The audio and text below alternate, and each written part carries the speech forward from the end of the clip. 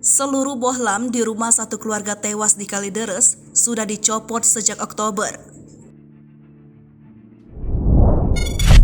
Seluruh bohlam lampu dalam rumah satu keluarga yang tewas di Kalideres sudah dicopot saat polisi memasuki tempat kejadian perkara.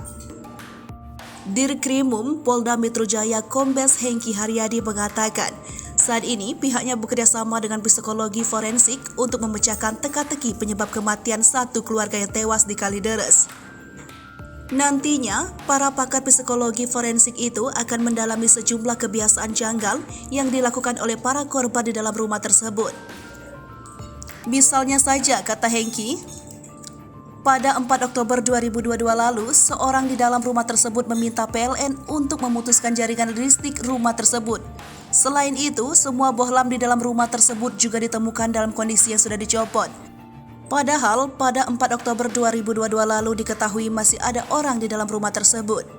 Selain itu, kata Hengki, polisi juga akan menelusuri kebiasaan ganjil lainnya yang dilakukan oleh keluarga tersebut.